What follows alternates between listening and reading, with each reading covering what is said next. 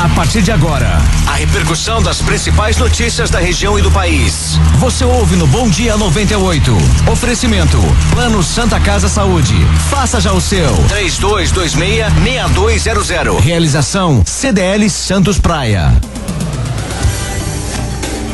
Bom dia, começando por aqui mais uma edição do Bom Dia 98, realização da CDL Santos Praia, aqui Zé Torquato, uma satisfação imensa ter você conosco em mais uma edição do nosso programa jornalístico, que vai ao ar de 6:15 às 8:15 da manhã, de segunda a sexta-feira. E quero dar um recado a você, ouvinte, que nos prestigia aqui no Bom Dia 98. A partir de segunda-feira, dia 1º de agosto, estaremos transmitindo por outro prefixo, outra empresa aqui do Grupo Musicom Brasil, horário consagrado do jornalismo. A partir de segunda-feira, o programa será exibido e apresentado a partir das 6:45 da manhã na 102 FM, a Rádio City. Manteremos o nosso time de comentaristas e que você já está habituado. Os quadros que nós temos aqui no programa vão prosseguir em outra emissora do Grupo Musicom Brasil, atendendo ao convite. Vamos mudar de prefixo e de emissora a partir de segunda-feira. Bom, hoje teremos no nosso programa a participação do comentarista Flávio Jordão, ouvidor público municipal da cidade de Santos. Bom dia, Flávio. Bom dia, Zé. Bom dia, Thiago. Bom dia, Rick. Bom dia, Jorge, é um prazer enorme estar aqui mais uma vez nessa sexta-feira. Prazer é todo nosso. O médico Dr. Jorge Tadeu, já na bancada. Bom dia, doutor. Bom dia, Zé. Bom dia, Flávio. Bom dia, amigos, ouvintes. Muito obrigado por mais uma sexta-feira. Ok, e na coordenação de produção Rick Santos, sonoplastia do Tiago Ferraz, que agora vai cumprimentar os ouvintes e também vai demonstrar para você as manchetes que serão debatidas ao longo da programação de hoje. Bom dia, Tiago. Bom dia, Zé. Bom dia aos ouvintes, aos nossos convidados. E as principais manchetes de hoje são: motoboy é preso por golpe com máquina de cartão em Santos. Governo e centrais sindicais vão discutir mudanças na legislação trabalhista. E polícia apura que ordem para matar policial partiu de gerente do tráfico. Aí, 6:52, Bom Dia 98 no ar. E atenção, é sempre importante. É verdade, Zé. Todo cuidado é pouco. O motoboy é preso por golpe com máquina de cartão em Santos. O motoboy que fazia entrega de refeições em Santos foi preso por aplicar golpe com uma máquina de cartões. O caso ocorreu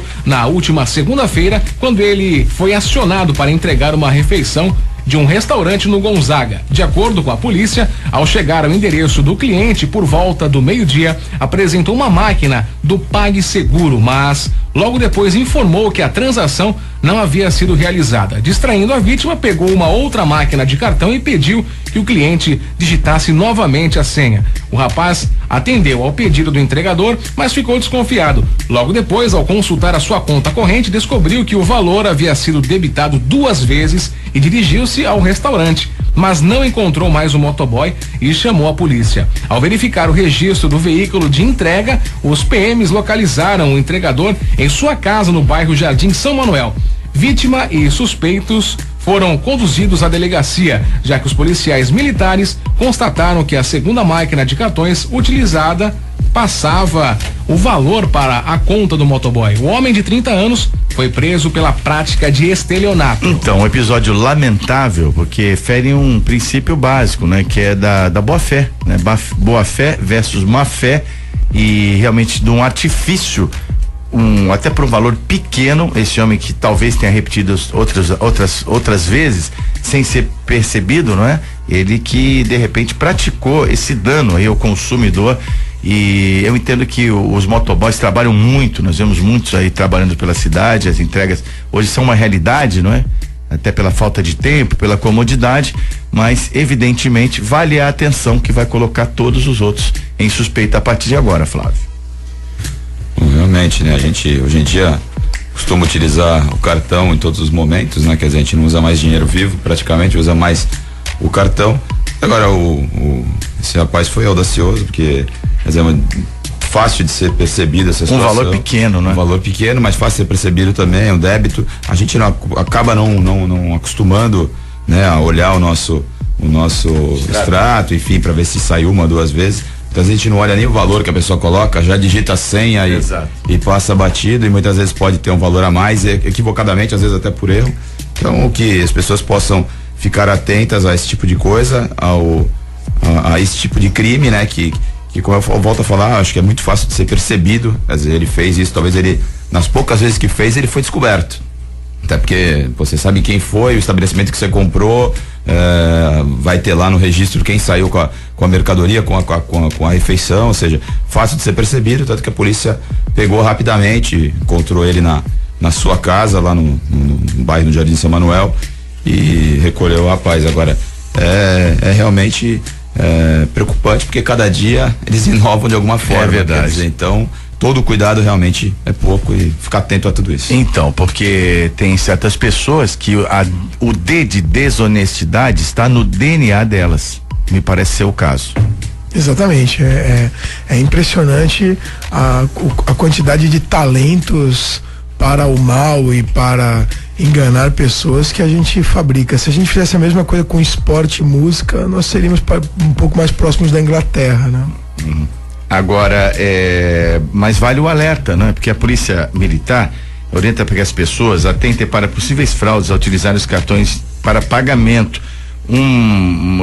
Das maneiras de você descobrir isso é você programar nos sistemas de compras que você aponte no seu celular os gastos, né, que você tem. Eu não me utilizo desse sistema, mas seria percebido imediatamente, né? Esse tipo de desvio.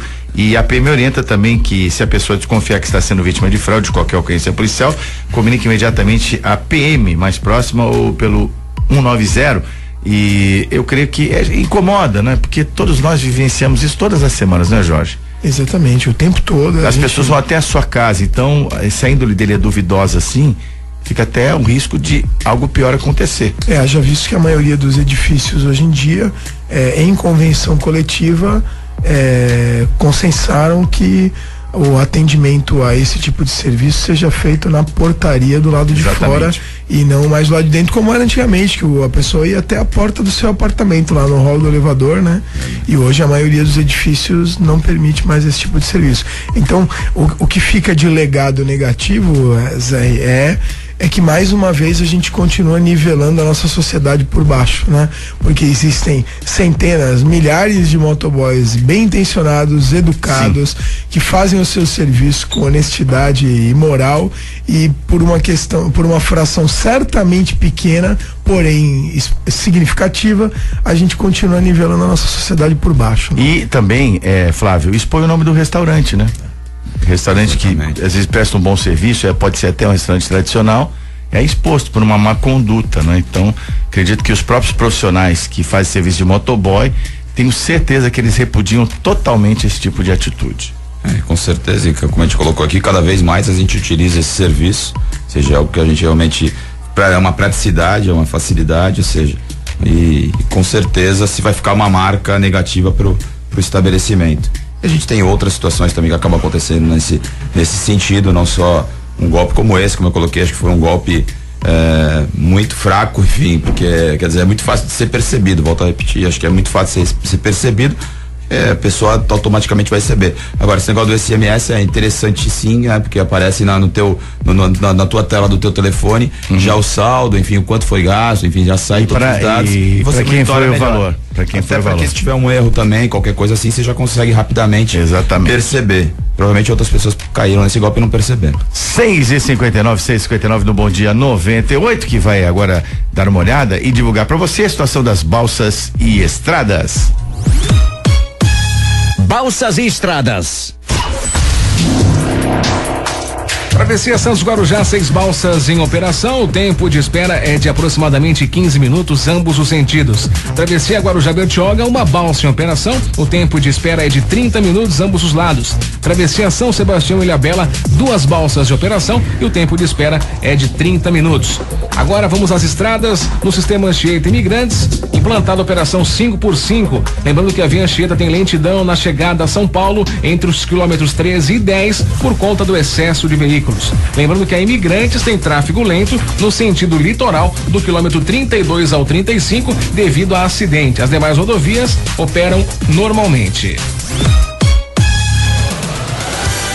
Agora 7 horas no Bom Dia 98 e o governo e as centrais sindicais vão discutir uma agenda muito importante para o país, que são as mudanças na legislação trabalhista, Thiago. 4 das leis maiores centrais sindicais do país já aceitaram negociar mudanças na legislação trabalhista junto com o Ministério do Trabalho. O ministro Ronaldo Nogueira se reuniu com representantes da Força Sindical, a nova central UGT e também da CSB e anunciou a criação de um grupo de trabalho para tratar da questão. CUT e CTB, Central dos Trabalhadores do Brasil, não estiveram presentes ao acordo, mas disseram às outras centrais que aceitariam negociar após o fim do processo de impeachment. Nogueira reafirmou que pretende enviar ao Congresso até o final do ano 3 propostas na área trabalhista: uma atualização da CLT, a regulamentação da terceirização e a transformação do PPE, Programa de Proteção ao Emprego, em algo permanente. Segundo o ministro, esse grupo prioriza tratar da atualização da legislação trabalhista, bem como propor medidas para combater o desemprego. Então, como eu disse, uma agenda importantíssima para o país, Jorge Tadeu, essa questão da revisão da legislação trabalhista, né, para fomentar o emprego. Não entendo que seja necessária a revogação da CLT, mas uma revisão bem cuidadosa. Creio que seria imperativo fazer nesse momento para atualizar a própria lei que já vem há muito tempo sendo praticada. Às vezes a gente peca pela incoerência, né, no nosso dia a dia. Nós criamos vários critérios para assuntos iguais, né? E o que me deixa um pouco preocupado é o total instinto suicida que às vezes existe nesse modelo trabalhista. Ninguém está enxergando que o objetivo não é aumentar o lucro de nada, não é aumentar o lucro ou gerar receita. Muito pelo contrário. Quando se criou a CLT, o colaborador era chamado de empregado, né? E hoje ele é chamado de parceiro, ele é chamado de colaborador, ou seja, a relação dentro das empresas modernas, das empresas bacanas de se trabalhar, ela é altamente evolutiva, porque hoje está muito claro que o grande capital que existe em qualquer empresa, seja ela pública ou privada, é a pessoa. Tanto que o recurso humano antigamente era um departamento pessoal e hoje em grandes empresas existe superintendência, vice-presidência de gestão de pessoas. Tá claro que o maior capital que existe dentro de uma empresa é o capital humano, independente do tamanho da empresa e do segmento em que ela trabalha. A revisão é para que isso continue existindo, para que não haja uma inovação em busca de substituição de pessoas por robôs, por máquinas, etc, etc. Então, eu acho que esses 3 tópicos principais são fundamentais. A terceirização é um modelo que vai tornar o aumento de vagas no mercado em crescimento exponencial, porque ele gera novos modelos de negócios, segmentos que hoje no Brasil são absolutamente embrionários vão ser altamente alavancados por isso, né? E sem querer me estender, eu sou um entusiasta dessa inovação, porque eu trabalho com serviço e com gestão de pessoas, hoje com mais de 1.500 pessoas envolvidas, e eu acho fundamental o que o Brasil e a sociedade vai ganhar com essa inovação, desde que devidamente delimitada, mantendo os direitos do cidadão e do trabalhador. Eu acho que isso vai ser um dos grandes ganhos, um dos grandes legados desse governo aí, que, se Deus quiser, deixa de ser interino muito em breve. Bom, só para levando agora pro campo político, né? Uma semana atrás, eles haviam anunciado que não teriam mais abertura para conversações, enfim, que já estava mais ou menos definido, porque existia uma pressa para pautar esse projeto para a Câmara e que ele pudesse ser aprovado até o final do ano. E agora, para nossa surpresa, eles abriram um grupo de trabalho, provavelmente por pressão desses grupos sindicais, enfim, são 4 grupos que estão conversando: a Força Sindical, a UGT, a Nova Central, a CSB, a CSB, e ainda mais 2 aí que já aceitaram. Estou esperando a presidente Dilma não ser mais a presidente do Brasil, definitivamente, e está aguardando isso para conversar. Eu acho que é um momento também propício para o governo para tratar um assunto que é um assunto de extrema importância para o país, por conta do desemprego. Hoje nós temos 12 milhões de desempregados e precisa dar uma resposta, e até para melhorar a imagem também do governo atual. Eu acho que é importante aí que eles trabalhem em cima disso, que eles discutam, e eu sou totalmente a favor aí desse tipo de diálogo. Eu acho que as coisas têm que acontecer a quatro mãos, não adianta ser vinda de cima para baixo, porque atende grupo A, B, eu acho que tem que ser discutido, e é importante que se sente com quem realmente representa esses profissionais, esses trabalhadores, mas desde que obviamente seja algo que vai melhorar e que vai acrescentar para os trabalhadores, enfim. Então acho que é importante, são matérias importantes, a CLT é extremamente importante, precisa ser atualizada, a terceirização é importante também, e esse programa aí que eles vão apresentar também de proteção ao emprego precisa ser regulamentado, foi apresentado recentemente pela ex-presidente, pela presidente afastada Dilma Rousseff, e agora eles precisam regulamentar. Então eu acho que é uma agenda importante, propícia, mas politicamente também vai fazer com que se melhore a imagem do governo. E Flávio e Zé, eu gostaria de destacar 2 pontos. Um é que são 12 milhões considerando os critérios que o Brasil utiliza para qualificar o desempregado, porque a gente sabe que o número passa de 20 a 25 milhões quando a gente expande para as pessoas que não têm emprego de fato e estão em idade absolutamente plena de exercício do trabalho. Aqui existe um conceito que delimitou a classificação da pessoa como desempregada a partir do momento que ela deu determinado tempo que ela não procura mais o emprego. E um ponto muito importante que eu espero que seja também outro grande ganho é uma melhora na maturidade do modelo sindical, que com essas discussões, com essa evolução, as centrais sindicais e os sindicatos em geral, tanto os sindicatos patronais quanto os sindicatos que representam os colaboradores, ganhem em maturidade, vejam mais o coletivo, vejam mais a sociedade como um todo e não microsegmentos que simplesmente se canibalizam e que morre todo mundo junto, morre todo mundo abraçado defendendo uma causa que não vai acontecer. Queria fazer mais um comentário, aliás 2. Primeiro também, os sindicatos talvez não tenham interesse porque você teria que também mexer na estrutura sindical do país, né? Na regulamentação dos próprios sindicatos.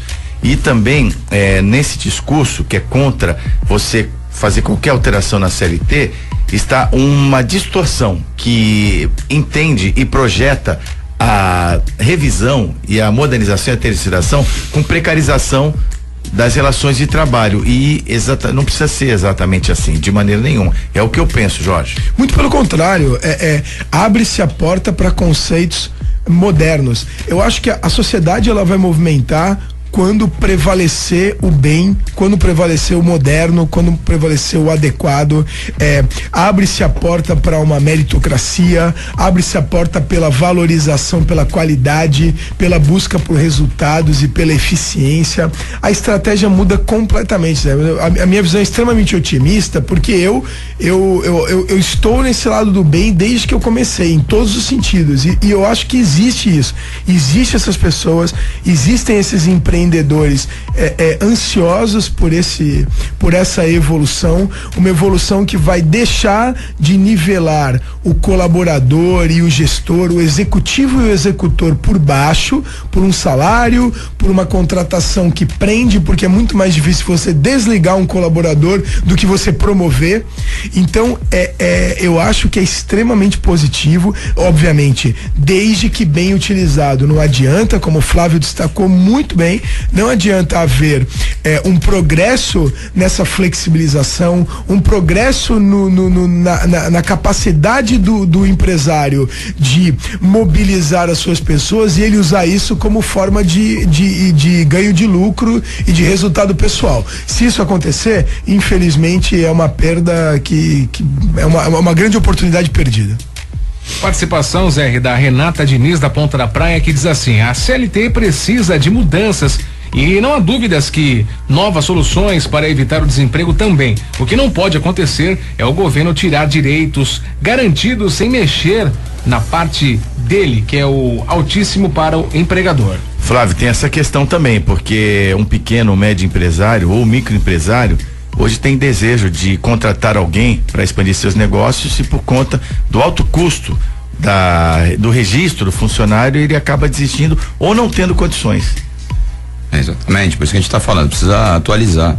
É uma lei muito antiga, precisa de atualização, precisa melhorar, os encargos são altíssimos, as pessoas acabam não contratando ou fazendo. Então acho que de fato é importante que se atualize a CLT. 7:10 é o Bom Dia 98, Zé Torquato por aqui, estamos juntos com o ouvidor público municipal de Santos, nosso comentarista Flávio Jordão e o Dr. Jorge Tadeu Rogas de Oliveira, nosso comentarista Jorge Tadeu. Hoje tem o quadro Em Dia com a Saúde, vamos abordar 2 temas importantes: o Dia Mundial das Hepatites Virais, comemorado no dia de ontem, quinta-feira, e também semana que vem teremos o início da venda da vacina contra a dengue. Dr. Jorge Tadeu vai discorrer sobre esses assuntos, evidentemente com a sua participação, e nos demais temas fica aberta também a possibilidade do ouvinte colaborar com o Bom Dia 98. Tiago. Participe do Bom Dia 98. WhatsApp 997829970. Pelo telefone 3284-1100 ou pela página no Facebook, facebook.com/Bom Dia 98. 7:11, Churrascaria Tertúlia é a grande opção para você ter um almoço sensacional hoje. Sexta-feira, aquele dia que você já tá começando, né? Você já fez o planejamento da semana. Geralmente, para a maioria das pessoas, você já tá entrando em outra vibe. Vai passando assim o dia, aí o estresse vai diminuindo, as coisas. Normalmente, né? Às vezes não é assim, mas de qualquer maneira, tem a sugestão que vai te ajudar das 2 maneiras: almoçar na Churrascaria Tertúlia ou jantar na Churrascaria Tertúlia. A Tertúlia é indiscutivelmente a melhor churrascaria da região e é uma referência da cidade de Santos. Aliás, as delegações estrangeiras, eu tenho conhecimento, estão indo constantemente à Tertúlia. Faça como eles, você que é da Baixada Santista. Hoje o rodízio para almoço e jantar a R$54,90, com carnes nobres, produtos frescos de extrema qualidade e um excelente atendimento. A Churrascaria Tertúlia está sempre à sua disposição. Final de semana, feriados e datas especiais, o rodízio sai a R$79,90. Churrascaria Tertúlia, como eu já disse, sempre uma grande opção para você. Fica numa localização privilegiada na Ponta da Praia, em Santos. Bartolomeu de Guzmão 187, telefone 3261-1641.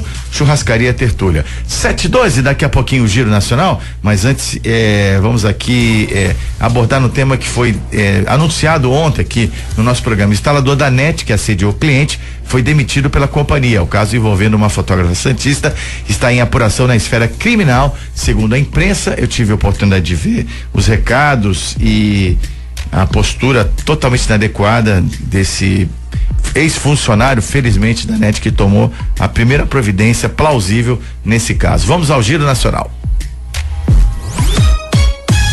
Giro Nacional. Lula recorre à ONU para denunciar abusos de poder de Sérgio Moro. Flávio, ele entrou com uma representação, diz que estão ferindo os direitos do Lula, os direitos de defesa, e que o juiz Sérgio Moro age como um juiz supremo, uma autoridade única, com o machado na mão, aí finalizando os envolvidos na Lava Jato. Qual é o seu entendimento disso? Para mim é desespero de causa, porque não conseguiu nada na justiça brasileira, tá tendo êxito nenhum, já tentou no STF, enfim, várias instâncias, não conseguiu, agora tá indo pra ONU. Cara, é absurdo ele tá transferindo esse problema pro Moro, sendo que ele não estava falando que queria fazer uma caridade, uma instituição de caridade, ele não tá falando nada disso, ele tava falando de situações realmente que interfeririam na Lava Jato, enfim, nas investigações, ou seja, ele tentou obstruir de fato com falas até de forma cafajeste, pode falar a verdade. A gente percebia pelos grampos que eram feitos. Então, assim, ele não pegaram um grampo dele falando alguma coisa positiva pro Brasil, ou seja, pegaram aí grampos complicados, que comprometem muito. E eu acho que, assim, transferir essa responsabilidade, tentar sair como vítima nessa história é um absurdo. Tá tentando, tenho certeza que não vai ter êxito também na ONU. E se tivesse o tribunal de Krypton do Superman, ele ia no tribunal de Krypton também, porque na verdade o que ele tá com medo não é do Moro, é da algema que tá vindo junto com o Moro e com a Polícia Federal, porque esse cara vai ser preso.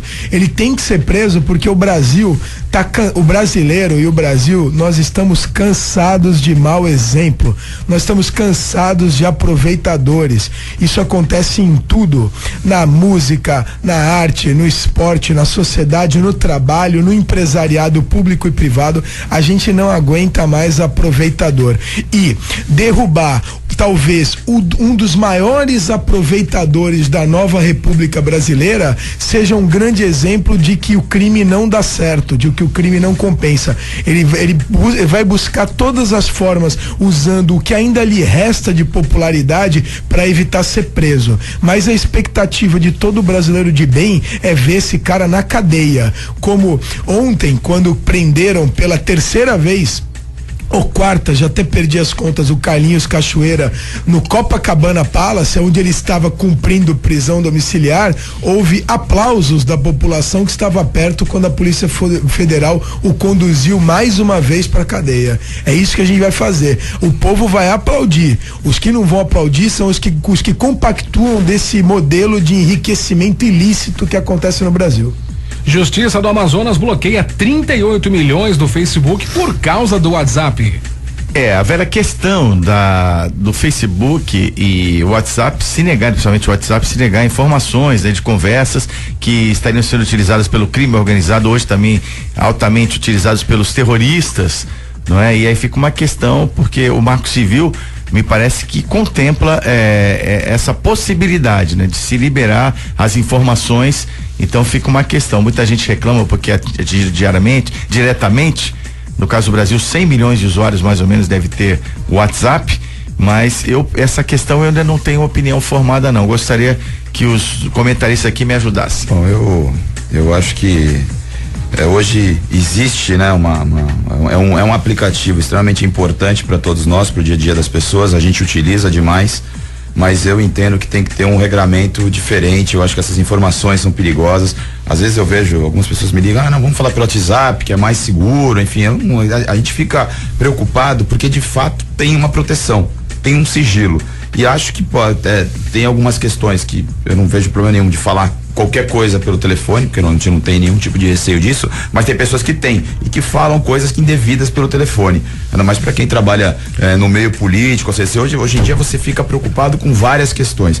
Então eu acho extremamente importante que se abra essa discussão, é importante sim que tenha.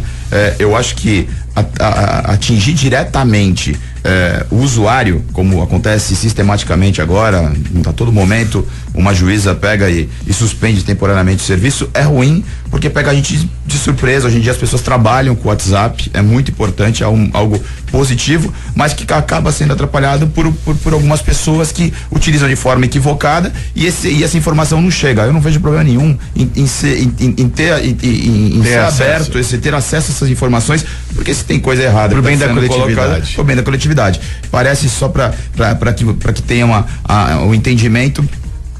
Existe primeiramente uma advertência para obtenção desses dados, dessas informações. Caso não tenha, é aplicada uma multa individual. Caso não tenha também sucesso nisso, eles bloqueiam as contas deles e, por fim, suspende o serviço. Então, quer dizer, existe toda uma tramitação nessa questão de Amazon. Está sendo bloqueado, tá sendo bloqueado as contas, quer dizer, na próxima já é suspensão temporária, ou seja, talvez chegue num outro momento que nós teremos talvez novamente um outro bloqueio do sistema, do serviço temporariamente, o que é ruim para todos nós, mas eu entendo que tem que ter a abertura que tem a possibilidade de abertura dessas informações.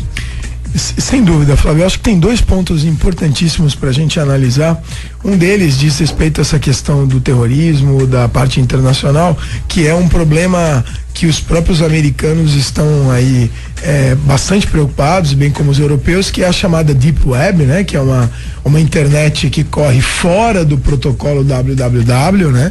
E que não há governança sobre isso. É só para lembrar, né, a todos os ouvintes, sempre que algo está dentro da web normal, que é o protocolo www, isso passa por um servidor americano. Então, mesmo que eu mande uma mensagem para o Flávio, que está aqui a 1 metro de acessa de mim, essa mensagem para chegar no computador dele ou no celular dele vai passar por um servidor americano e isso dá rastreabilidade. A Deep Web não. Então isso é um problema seríssimo, um problema que inclusive gera essa disseminação do terror aí pelo mundo, principalmente pelo mundo ocidental.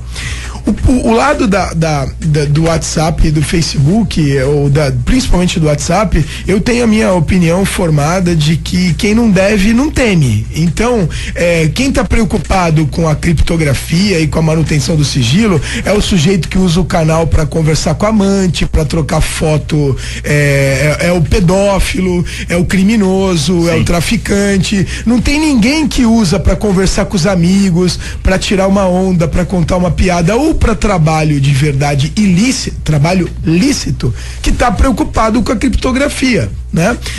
Afinal, ninguém transita contrato ou documento sigiloso de mercado no WhatsApp. O WhatsApp é um canal de comunicação e de eficiência de comunicação. Então me preocupa, a grande reflexão é quem está discutindo essa necessidade do segredo, e uma outra discussão é que está claro também que os administradores e proprietários do WhatsApp, que hoje são os mesmos proprietários do Facebook, eles têm meio que uma ideia obsessiva de usar esse segredo como um diferencial. Olha, nós somos um canal criptografado, nós somos um canal inviolável. E na verdade, graças às regras de quebra de sigilo telefônico, de sigilo postal, que é hoje algo que a gente não fala mais, mas há muito tempo atrás houveram leis para regulamentar a quebra de sigilo postal, porque muita coisa errada transitava por carta. Então nada mais é do que pegar um outro canal de comunicação por onde existe sim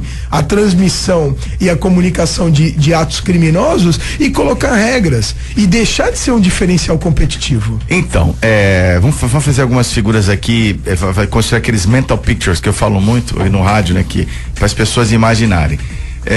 Atentados da Bélgica, da França, hoje os terroristas não teriam a segurança de fazer um grupo no WhatsApp para combinar. Chegando aqui no nosso âmbito, os assaltos às empresas de guarda de valores também não pode ser, não se sentem num ambiente seguro para isso. O que eu quero dizer é o seguinte, que hoje, com a escalada da violência e o terrorismo no nível que ele atingiu, nós temos que entender que toda a coletividade tem que entender também que hoje nós teremos que colocar em xeque uma parte, ou grande parte, dependendo do caso, das nossas liberdades individuais, como essa, por exemplo, o sigilo da comunicação protegida, que deve ser garantido sim aos cidadãos de bem, mas nesse caso, colocando tudo numa balança, por isso que eu disse que não tenho opinião formada. Eu entendo muitas vezes que o pleito da justiça realmente é cabível.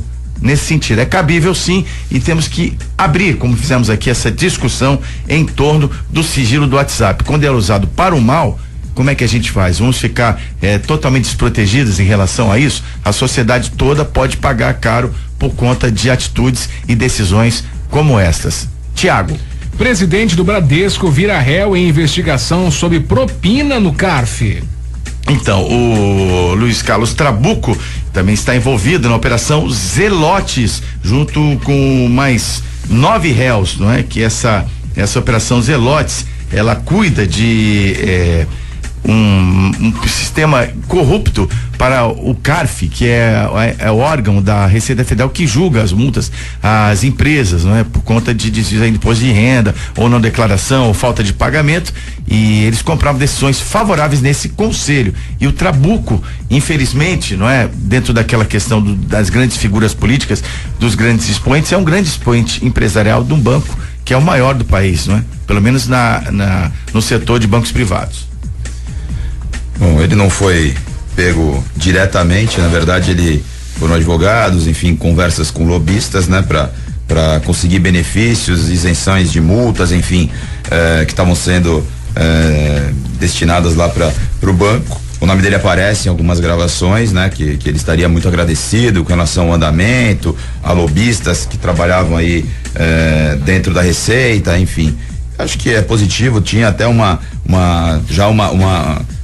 situação bastante encaminhada, que era uma multa que eles teriam que pagar girava em torno de 3 bilhões de reais, e foi suspensa até porque a operação Zelotes foi descoberta. E quando foi descoberta, automaticamente eles seguraram e não fizeram, mas houveram várias discussões, vários contatos entre os agentes da Receita Federal, do CARF mesmo, desse conselho que administra todas essas multas que são destinadas, e quer dizer, existe um movimento de corrupção também muito grande nesse sentido, e foi importante que foi descoberto. Volto a falar, ele não participou diretamente, pelo que foi apurado, de nenhuma discussão, de nenhuma conversa, nenhuma roda de conversa, mas pessoas ligadas a ele, acho que foram quase 10 pessoas aí que estão sendo indiciadas. São 10, com ele mais 9. Ele mais 9, quer dizer, vice-presidente, ou seja, gente do mais alto nível, gente graúda do banco, que acabou sendo indiciado nesse processo. Então mais um escândalo, né? Em mais um segmento, né? A gente vê mais um problema. Eu espero que a eficiência da Polícia Federal, do Ministério Público nessas ações investigativas de fato limpem, né?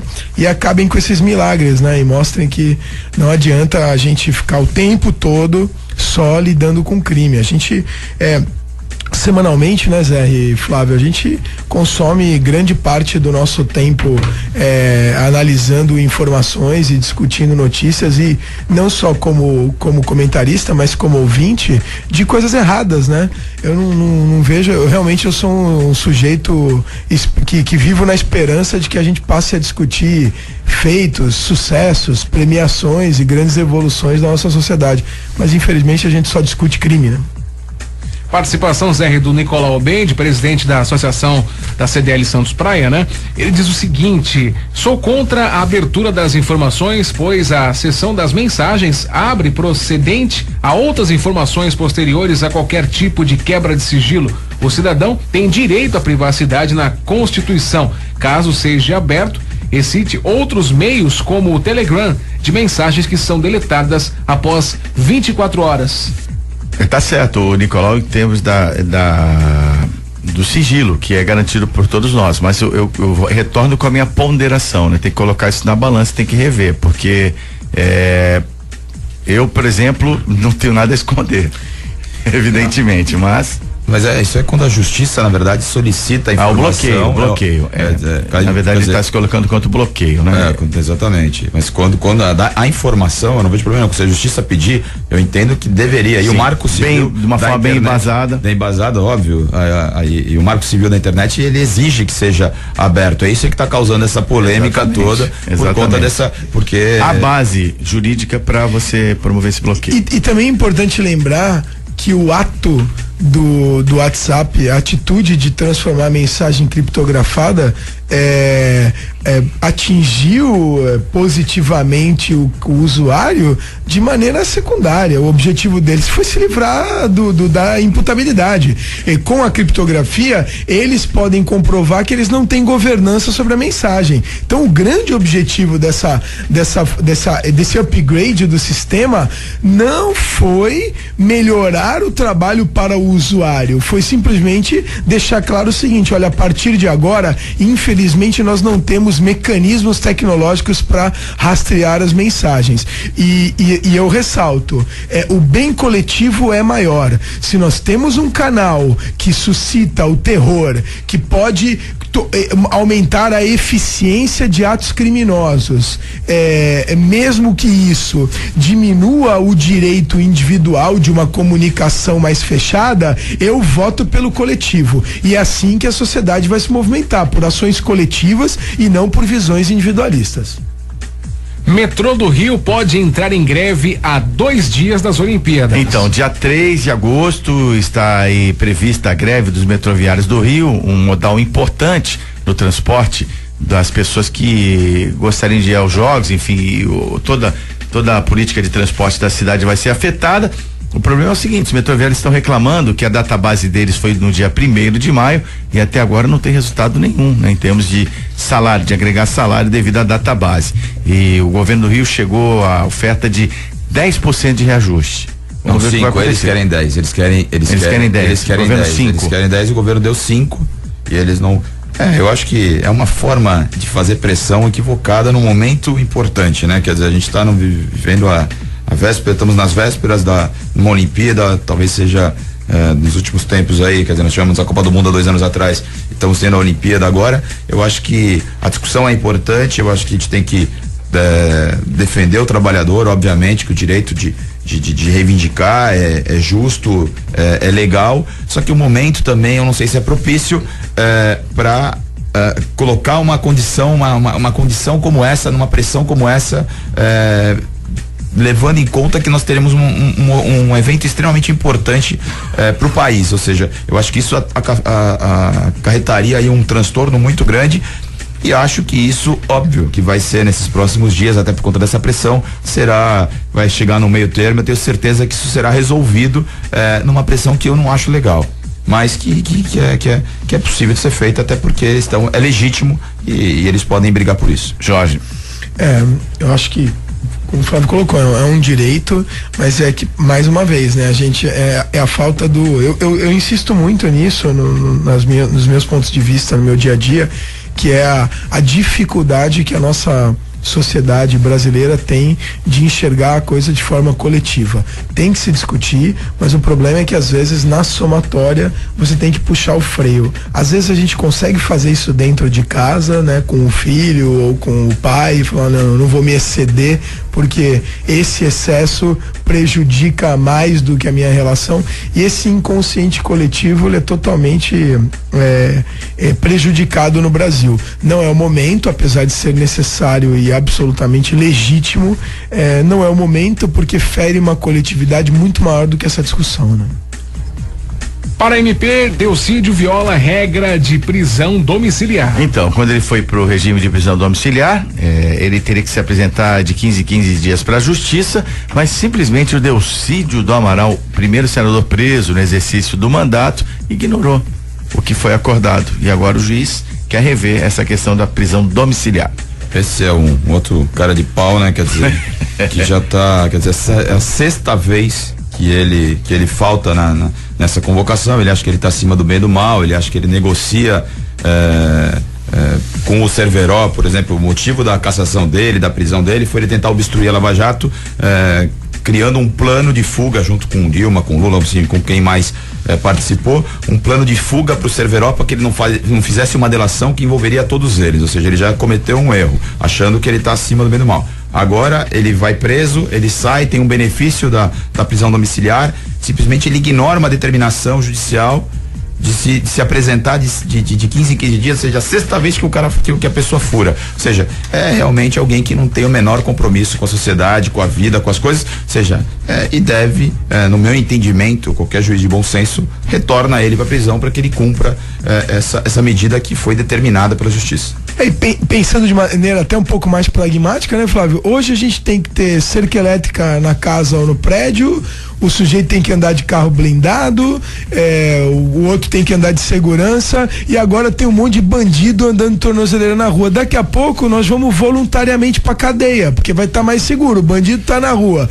a gente não tem segurança e um monte de tornozeleira, mas vai virar moda, vai virar utensílio vão começar a fazer até tornozeleira da Dolce & Gabbana, da Chanel, designer, porque vai ser tanto bandido de tornozeleira na rua. Pra mim esses caras tem que estar tudo na cadeia. Laudo da Polícia Federal indica que Lula orientou reformas, 1.200.000 em sítio. Então, essa história de que não sabia de nada, que o sítio não é meu, juro por dar vontade de fazer um minuto de silêncio. Seria o melhor comentário a respeito desse, porque realmente é tanta, o Flávio usou o termo aqui exato, né? É tanta cara de pau, considerar a sociedade inteira como idiotas, né? Então está aí comprovado em laudo tudo que a gente já sabia há muito tempo. Ontem teve uma selfie do arquiteto, ele foi apresentado, foi descoberto no material, uma selfie do rapaz, do arquiteto mostrando intimidade na casa, no sítio que ele chama até de fazenda, com o Lula do lado tomando uma cachaça. É coisa assim absurda, ou seja, mostra a foto assim, ele tá de frente, ele fez uma selfie, tá o Lula até virando a cachaça. Ou seja, e aí o Instituto Lula dá uma declaração de que o Lula não é o dono do sítio, não é o dono do triplex no Guarujá, ou seja, é realmente brincar com a sociedade. Então, naquela petição contra o Sérgio Moro, ele alega que não era cachaça, era água. Se você pensa que cachaça é água, cachaça não é água. O copinho era de cachaça, mas o interior era água. Exatamente. E usando o conceito da mental picture, né, do Zé, na verdade a gente pode imaginar a seguinte selfie: uma selfie do Lula no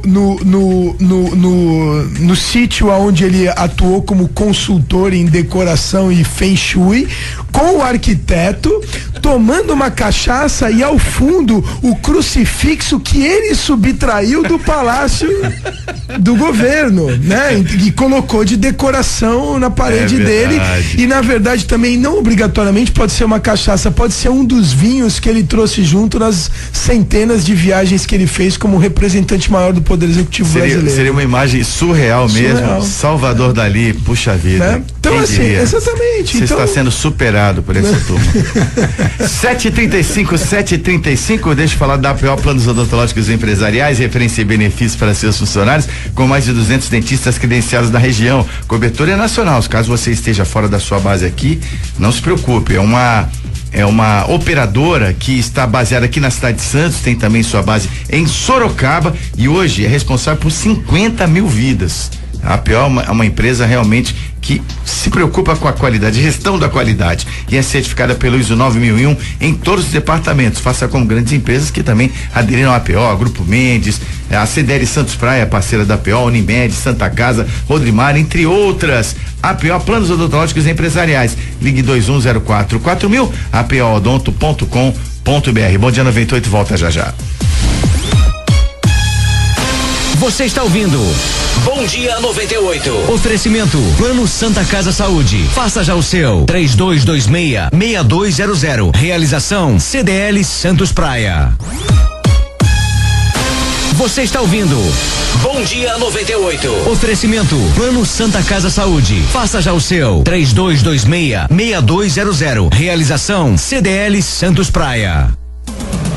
7h39 de volta com o Bom Dia 98, realização da CDL Santos Praia, Câmara dos Dirigentes Lojistas Santos Praia. Hoje a despedida aqui da Rádio 98. Calma, vamos para outra emissora do grupo Musicom Brasil. A partir de segunda-feira, às 6:45, estaremos com todo o nosso time, nossa equipe e a nossa proposta na 102, a Rádio City. A Rádio City que tem a tradição muito grande do jornalismo, que vem desde a antiga FM Litoral, não é? Litoral FM, permanece o horário e com muita honra estaremos lá a partir das 7 da manhã na segunda-feira com o nosso projeto, o Bom Dia 98, como eu já disse, realização da CDL Santos Praia, Câmara dos Dirigentes Lojistas Santos Praia. Quero falar para você da Blanche, moda em branco, você que precisa de branco para trabalhar, você que é fã de roupas brancas e que elas têm especificações, né? Você tem que ter uma roupa de qualidade, enfim, mas não é por isso que você vai ficar restrito a poucos modelos, né? Você tem lá vários tipos de calças, camisas, os jalecos com os melhores tecidos para você, uma infinidade de jalecos na Blanche, só material de primeira com excelente preço. Custo-benefício da Blanche é imbatível e você vai encontrar também os sapatos que se adequam às normas técnicas da NR32, por exemplo, sapatos com solado de silicone para evitar o barulho, tudo isso na Blanche e muito mais. A Blanche é uma loja muito completa, a mais completa, diria eu, aqui de Santos, em termos de oferta de roupas brancas. Vá até lá, é no Supercentro Boqueirão, lojas 93 e 94, Oswaldo Cruz 319 em Santos. Blanche, moda em branco. 7h40, vamos falar de saúde? Em Dia com a Saúde.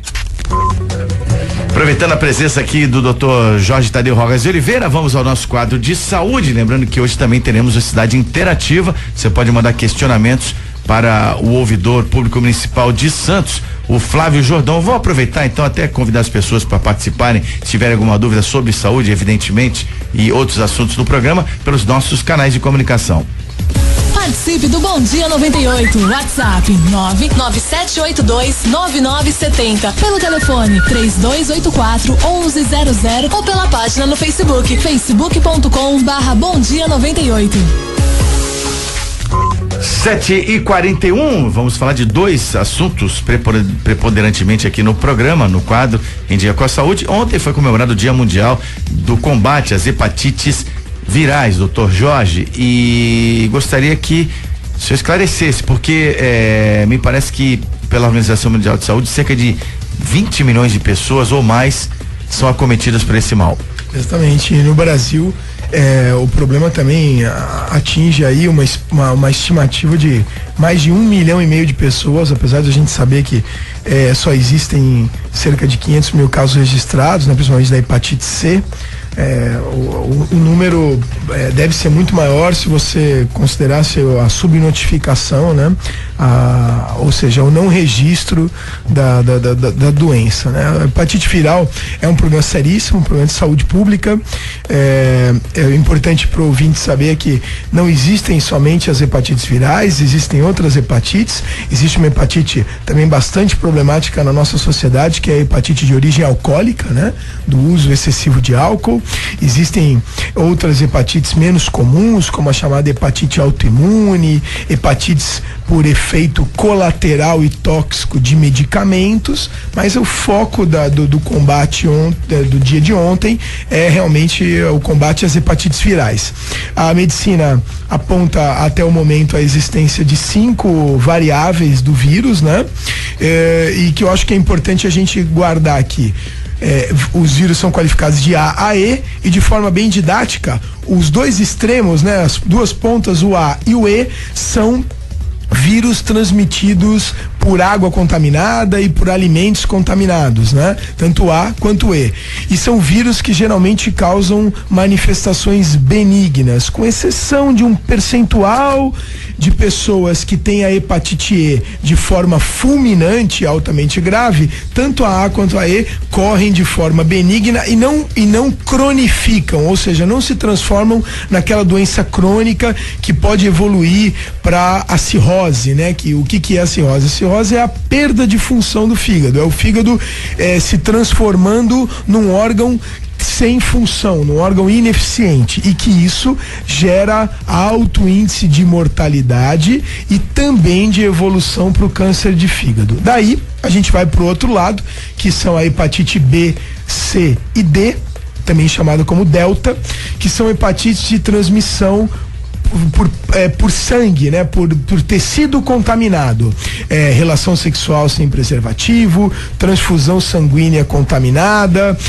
o compartilhamento de agulhas no uso de drogas e vários hábitos aí inadequados. E também existe também a transmissão da hepatite, por exemplo, no canal do parto, né? A mãe portadora de hepatite pode, durante o parto, transmitir a hepatite para o recém-nascido. Agora, Jorge, relações sexuais desprotegidas estão aí talvez no foco principal da transmissão das hepatites, principalmente a B e a C. E por que a D não é tão difundida? Ela é menos grave, por acaso? Ela é uma hepatite muito pouco comum, e ela tem uma característica muito interessante, que é o seguinte: o vírus é um vírus chamado de vírus defectivo, né? Então a hepatite D, ela tem que acontecer junto com a hepatite B. Ela é uma hepatite que ela tem que se superajuntar a outra para ela acontecer. Então, em locais onde você tem alto índice de hepatite B, você encontra a incidência da hepatite D ou delta. Ela isoladamente não acontece, por isso que ela fica meio que em segundo plano. Bom, vamos falar em sintomas e também um complicador que atinge somente a hepatite C, pelo conhecimento que eu tenho. Evidentemente, você com seu know-how como médico vai poder esclarecer melhor, né? Que a hepatite C, ela é grave e geralmente assintomática no início da contaminação. Todas as hepatites virais, elas geralmente evoluem como um quadro viral inespecífico. Algumas pessoas ficam com algumas partes do corpo mais amareladas, né? Principalmente a parte branca dos olhos, chamada de conjuntiva, embaixo da língua, naquele freinho da língua, são locais em que você consegue detectar um pouco amarelado, que é a chamada icterícia, mas isso não acontece em 100% das hepatites agudas. A hepatite aguda pode cursar como uma dengue, como um quadro viral, dor no corpo, febre, mal-estar, dura 3 a 5 dias e pronto. O problema é que após após esse quadro agudo, você tem o processo de cronificação. E aí as manifestações são mais tardias e graves, como aquele acúmulo de líquido na barriga, ascite, né? Aí sim pode vir esse amarelão de forma mais intensa, uma série de alterações que aí são frutos e consequência da perda de função do fígado, da perda progressiva de função do fígado e evolução para cirrose. Outra pergunta é a seguinte: há algum tempo atrás, não muito tempo atrás, quando você contraiu hepatite C, o prognóstico era muito ruim de recuperação do paciente.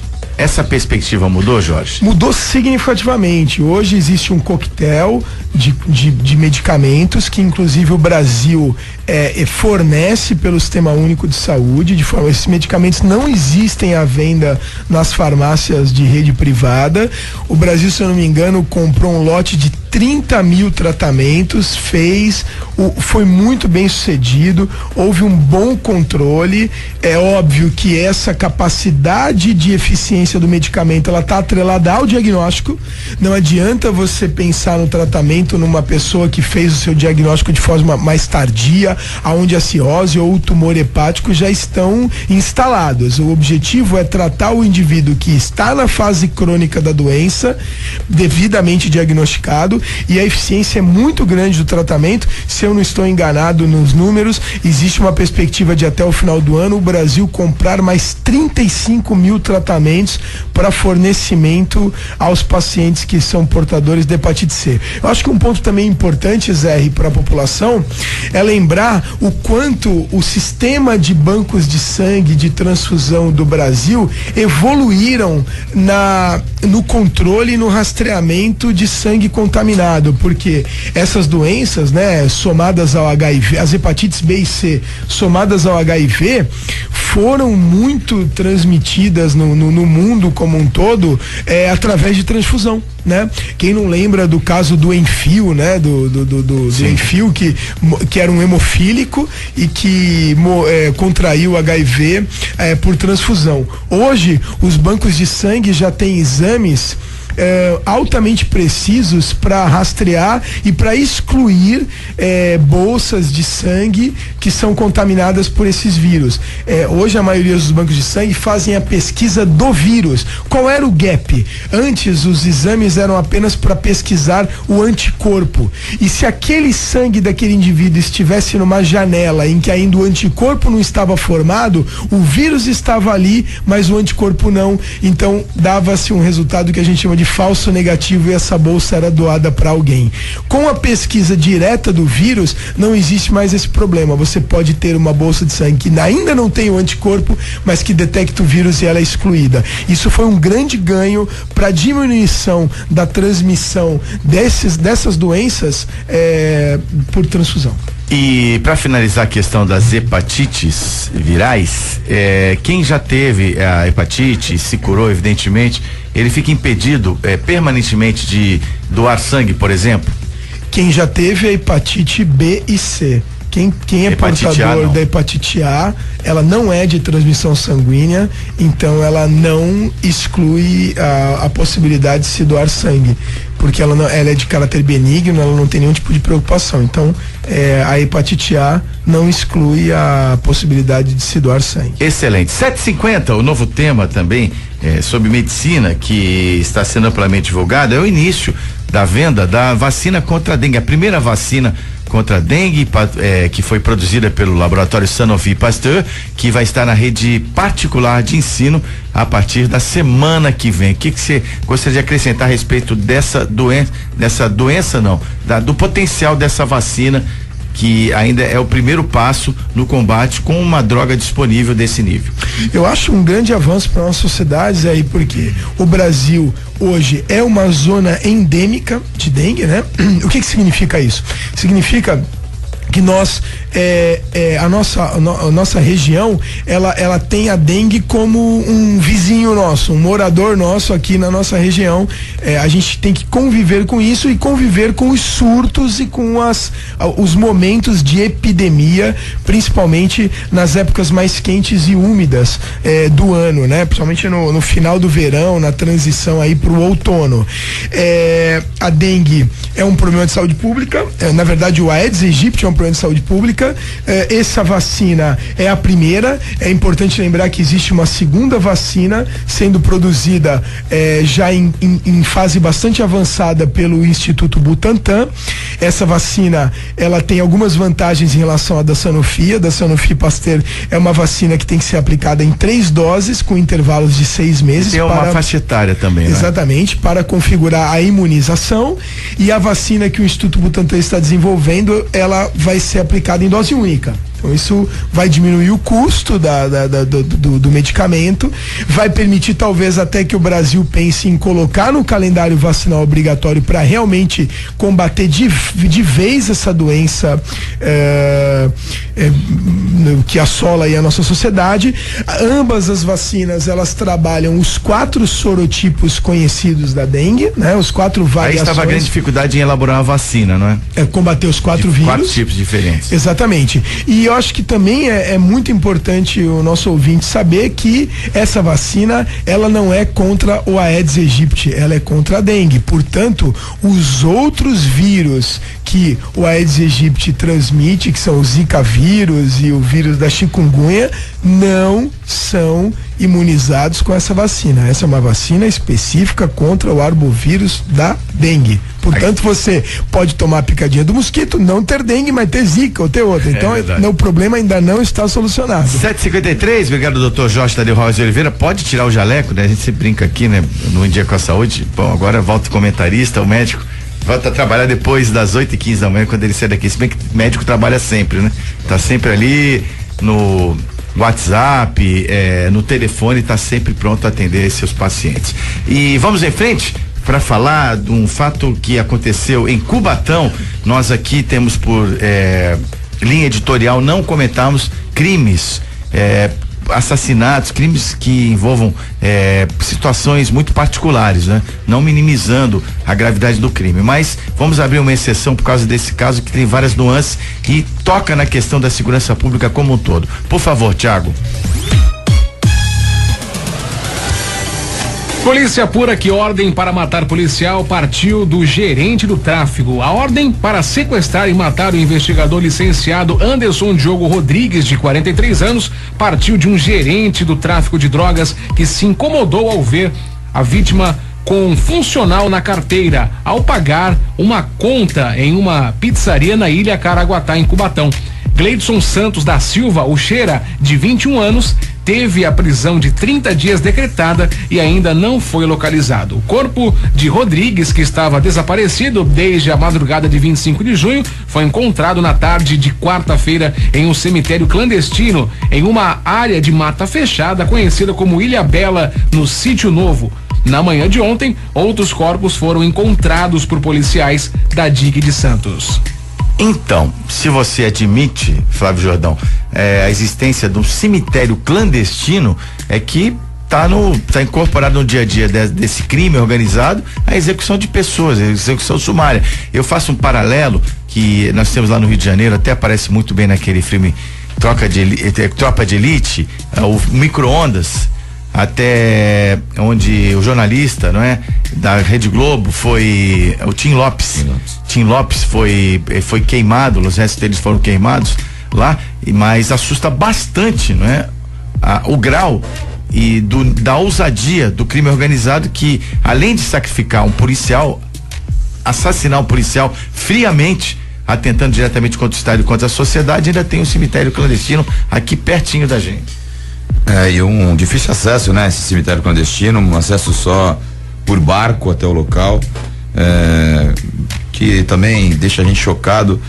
O IML, ele aponta que houve tortura até a morte, ou seja, tu foi torturado simplesmente porque estava com uma carteira de policial numa pizzaria, ou seja, deu um azar também fora do comum de ter um bandido junto, um rapaz de 21 anos, não sabe nada ainda, tá começando a vida, quer dizer, já determinou aí a sentença desse policial matando ele. A polícia vai voltar hoje nesse local, nesse cemitério clandestino, porque encontrou 5 corpos, mas acredita que deve ter vários outros corpos ali que era enterrado todos esses crimes. E como eu volto a falar, quer dizer, é um lugar muito perto, que a gente não imagina e que tá muito próximo da gente, um cemitério clandestino como esse, muitas ossadas também, ou seja, já tinha num grau de decomposição bem avançado os corpos.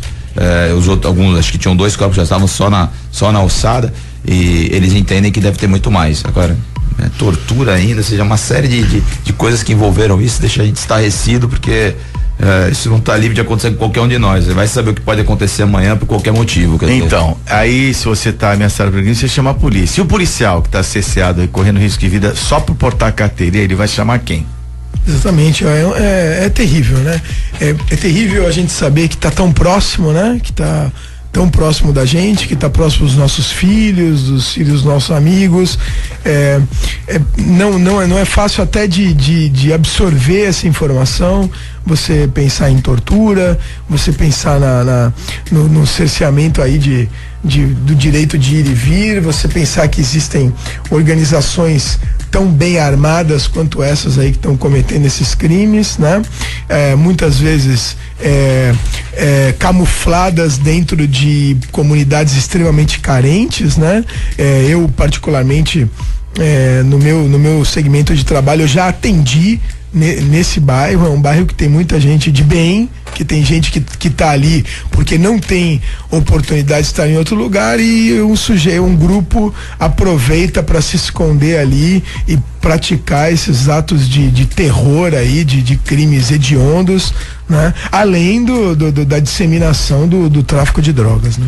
Então, eu queria fazer aqui nesse caso, né, um registro positivo em relação a toda a equipe do DEINTER 6, comandado pelo delegado Dr. Gaetano Vergini, que agiu muito bem nessa investigação, e inclusive convidei o Dr. Vergini para vir aqui. Vamos aguardar na semana que vem, se a agenda possibilitar, debatemos com mais profundidade os temas da segurança pública na região, assim como fiz o convite ao Coronel PM Ricardo Jesus. Pelo mesmo motivo, estou aguardando uma agenda também, ambos se comprometendo assim que possível a virem ao nosso programa, que aliás, reiterando, né, até o Nicolau Albeide aqui me alertou, o programa começa segunda-feira assim, na 102, no mesmo horário, a partir das 6:45 da manhã, ok?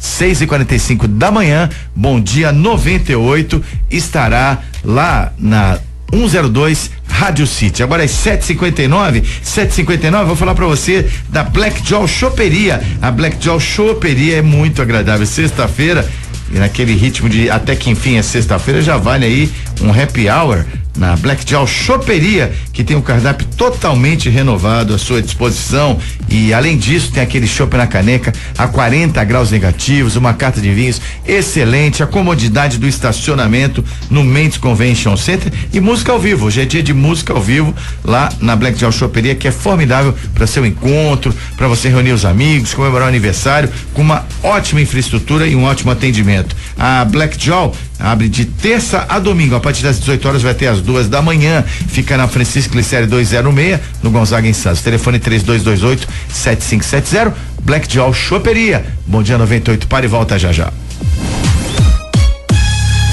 Você está ouvindo Bom Dia 98. Oferecimento Plano Santa Casa Saúde. Faça já o seu. 3226-6200. Realização CDL Santos Praia. Participe do Bom Dia 98. WhatsApp 997829970. Pelo telefone 3284-1100 ou pela página no Facebook, facebook.com/Bom Dia 98. Você está ouvindo Bom Dia 98. Oferecimento Plano Santa Casa Saúde. Faça já o seu. 3226-6200. Realização CDL Santos Praia. Cidade Interativa. De volta com Cidade Interativa, o quadro que tem a participação do Municipal de Santos, o Flávio Jordão disponível para você. Agora, Thiago, nós temos aí uma colocação do ouvinte que você vai passar agora pro Flávio, por favor. Exatamente, Zé. É o César, nosso ouvinte do bairro do Gonzaga, que diz o seguinte: ele mandou pra gente um link de uma gravação que mostra que o Uber não é fiscalizado aqui na cidade de Santos e pede pro Flávio Jordão possa comentar sobre essa gravação que saiu aí na internet. Com você, Flávio. Bom, na verdade. Sai no Diário do Litoral, não é isso? A gravação, na verdade, é de um agente, foi um taxista que flagrou ali, conversou, na verdade, com um agente. O agente disse que não sabe, não tem informação de como fazer essa fiscalização. Existe um impedimento legal do agente fazer o flagrante, ele não pode fazer o flagrante. A CT esclarece que já fez 2 autuações, já pegou 2, em 125 carros fiscalizados no ano de 2016. Então eu sempre tenho reforçado aqui que é importantíssimo que se faça a denúncia. A denúncia tem que ser feita num telefone que é 24 horas, o telefone da CT. O telefone é o 0800 771 9194. 0800 771 9194. Não pode, a denúncia tem que ser pelo passageiro transportado ou flagrante de operação de pagamento após a corrida. Não dá para pegar. Primeiro que esses carros, eles não têm uma característica definida, ou seja, ele pode ser qualquer carro. Então você tem que fazer, tem que ser um flagrante de fato. E o agente, por impedimento legal, ele não pode fazer esse flagrante, ele não pode fazer essa busca. Então, por isso que não tem essa fiscalização feita diretamente pelo agente. Ele fica caçando Ubers irregulares. Realmente existe a proibição do Uber em Santos. O aplicativo, ele é aberto e tem pessoas que utilizam, na verdade, aqui em Santos ele não é aberto. E óbvio que que já foi discutida essa questão, houve até um vereador de Santos que fez um trabalho em cima dessa questão para que tivesse a proibição do Uber aqui em Santos, foi sancionado pelo prefeito, não pode ter Uber aqui em Santos, e qualquer carro Uber que for pego tem uma multa de R$1.500. Então não é permitido Uber em Santos. Se for pego, o veículo terá uma multa de R$1.500. Agora, volto a repetir, importante fazer a denúncia na CT. Então, o César, ele retruca, ele diz que realmente ele não concorda com a sua resposta, ele fala até em falácia da sua parte em relação à fiscalização do Uber. É o César Rodrigues, o taxista. Então, não é minha resposta, a resposta é da CT. A CT está dando a resposta oficial de que ela fez 125 fiscalizações neste ano, dados oficiais da CT, e teve 2 autuações. Precisa ter a denúncia. Eu sei o quanto impacta isso na vida dos taxistas. Eu tive em São Paulo recentemente, peguei um táxi em São Paulo. Ele é permitido que tenha Uber, e eu conversando com o taxista, ele alegou que teve uma queda vertiginosa, absurda no rendimento dele por conta do Uber. Em Santos não é permitido. Então, que se faça essa denúncia na CT. Passei o telefone, o 0800, ligue, é gratuito. Façam para que a gente possa fazer o flagrante e autuar em R$1.500 cada veículo desse. 8 e 7, hora de esporte no Bom Dia 98. Giro Esportivo. E temos o nosso especialista, ele que é repórter aqui do Bom Dia 98 e também comentarista de futebol das Olimpíadas da Rede Record de televisão. Bom dia, Ricardo Martins. Opa, legal, bom dia, Zé. Grande abraço a você, ouvinte ligado na 98, e tá chegando a hora, né? Daqui a uma semana, abertura oficial dos Jogos Olímpicos Rio de Janeiro 2016, só que um pouco antes começa o futebol, né? Na quarta-feira, dia 3, o futebol feminino do Brasil estreia no Engenhão, 4 da tarde, contra a seleção da China. O técnico Oswaldo Alvarez Vadão teve 2 anos para preparar a seleção feminina, que continua tendo a Marta como a sua grande jogadora, né, Zé? Com certeza. A Marta realmente é uma craque de futebol. E eu também, hoje, acho que a seleção feminina tem o mesmo problema da seleção masculina. Infelizmente, os 2 atletas acima da média são o Neymar e a Marta, né? Apesar de termos bons jogadores. Sem dúvida, o futebol feminino teve 2 anos de treinamento em Itu, e o Vadão está muito confiante aí numa boa participação da seleção feminina, que é bom lembrar, né? Já ganhou 2 vezes a medalha de prata na Olimpíada. Já a seleção masculina, que teve a chegada do Renato Augusto, agora está praticamente completa, estreia, no dia 4 contra a África do Sul, jogando em Brasília. E a questão é, com ou sem Fernando Praz, hein, Zé? O Praz seria fundamental pela sua experiência, tá vivendo uma grande fase, é um grande líder, mas pelo que eu apurei, você vai me dizer melhor que é a sua área específica, né? Me parece que o Praz é dúvida mesmo. Acho que não sei se a gente vai poder contar com ele não, Ricardo. Amanhã ele já não joga, né? No amistoso do Brasil contra o Japão em Goiânia, 4:30 da tarde, está fora, mas vão fazer o possível e o impossível para manter o goleiro. Se ele for cortado, seria o goleiro reserva do Vasco da Gama para a seleção brasileira. Aí o negócio vai ficar complicado. Zé, Campeonato Paulista da segunda divisão. Hoje tem a Briosa em campo, não é isso, Zé? É, a Briosa hoje, 8 da noite, contra o Tanabi, portuguesa que venceu o primeiro jogo lá em Tupã, num clima muito hostil, muito difícil vencer o time bom do Tupã. Os rapazes estavam me falando, jogadores da Portuguesa, o time exigiu muito deles, mas a Portuguesa Santos fez um grande jogo, ganhou de 2-0 hoje, fazendo mais 3 pontos, vai ficar com os 6, dependendo do outro resultado, pode dar aí um grande avanço e vai com certeza se manter na liderança do grupo 8 da segunda fase da Série B. O importante, Ricardo e amigos, é o apoio da torcida. Nós vemos a pessoa aqui de Santos é acomodada, o mesmo problema da Vila Belmiro, com todo respeito, acontece em Urico-Mursa, porque lá em Tupã, uma torcida, não para fazer isso, mas apedrejaram o ônibus, fizeram a maior pressão e aqui, a Vila Belmiro agora está mirando no público, mas a gente precisa muito da torcida da Briosa hoje, torcedores de outros times que vão prestigiar, porque só tem jogo muito difícil, Ricardo. Como diria o esquecível Orlando José, todos os caminhos hoje levam a Urico-Mursa, né? Amanhã, no final de semana, quem joga fora de casa é o Jabaquara, né? Vai a Jaú enfrentar o 15 Jaú Jabaquara, que também estreou vencendo na segunda fase da segunda divisão do futebol de São Paulo. E pra gente encerrar, Zé, Campeonato Brasileiro, a bola rola nesse final de semana com todos os paulistas em campo no domingo, hein? 11 da manhã no Morumbi, mais de 30 mil ingressos foram vendidos. São Paulo busca reabilitação contra a Chapecoense. 4 da tarde, o Corinthians joga contra o Internacional no sul do país. 6:30 da noite, o Palmeiras, líder da competição, joga contra o Botafogo no Rio de Janeiro. E o Santos Futebol Clube joga na Vila Belmiro, hein? Depois da classificação na Copa do Brasil, 3-0 para cima do Gama, 3 gols de Ricardo Oliveira. O Peixe enfrenta o Cruzeiro na Vila, o Cruzeiro que ultimamente na Vila Belmiro tem aprontado para cima do Santos, vai estrear o treinador Mano Menezes, está de volta ao Cruzeiro. No Santos Futebol Clube, a grande pergunta é: Lucas Lima joga ou não joga? Eu tenho informação que tá fora, viu, Zé?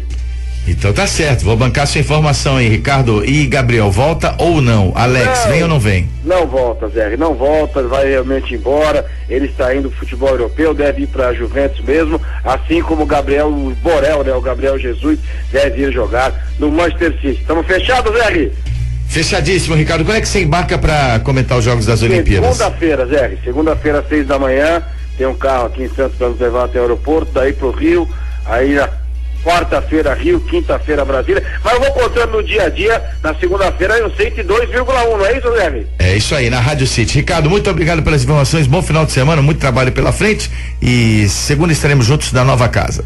Fechado, feito. Vamos falar muito ainda aqui de futebol e também, claro, dos Jogos Olímpicos do Rio de Janeiro. Eu falei de futebol para Armazém 26, materiais elétricos, hidráulicos e limpeza, Praça da República 35, no centro de Santos. Faça seu pedido, a entrega é de graça no centro da cidade. Armazém 26, materiais elétricos, hidráulicos e limpeza, tem também o café e o açúcar para você lá, 3221-3396. Grande abraço, bom final de semana. Tchau.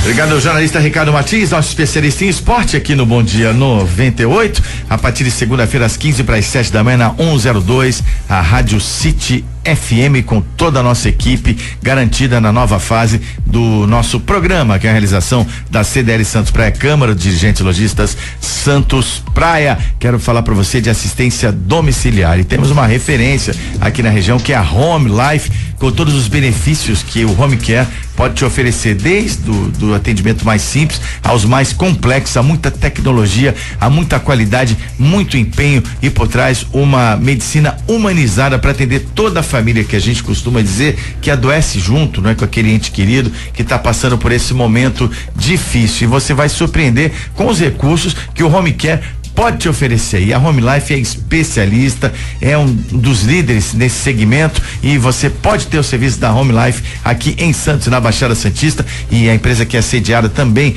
em São Paulo e em Ribeirão Preto, com 10 anos de atuação muito sólida no mercado. Conheça tudo que a Home Life pode te proporcionar. O endereço aqui em Santos é Ana Costa 77, telefone 3202-6440, ou acesse o site homelife.com.br. Para encerrar, filho de voluntário da Rio 2016 critica a atuação do Estado. Mário de Lima foi morto no dia 22 em uma tentativa de assalto de sua moto no Rio. Seu filho declarou que o corpo ficou 5 dias no IML sem nenhuma comunicação com a família por parte do órgão. Para ele, o IML e o Hospital Souza Aguiar quiseram abafar o caso. Lamentável morte do voluntário, que é daqui da Baixada Santista, o Mário, lá no Rio de Janeiro. Flavinho, muito obrigado. Semana que vem, na 102, estaremos de volta. Valeu, eu que agradeço aqui. Bom dia a todos os ouvintes e a todos nós aqui.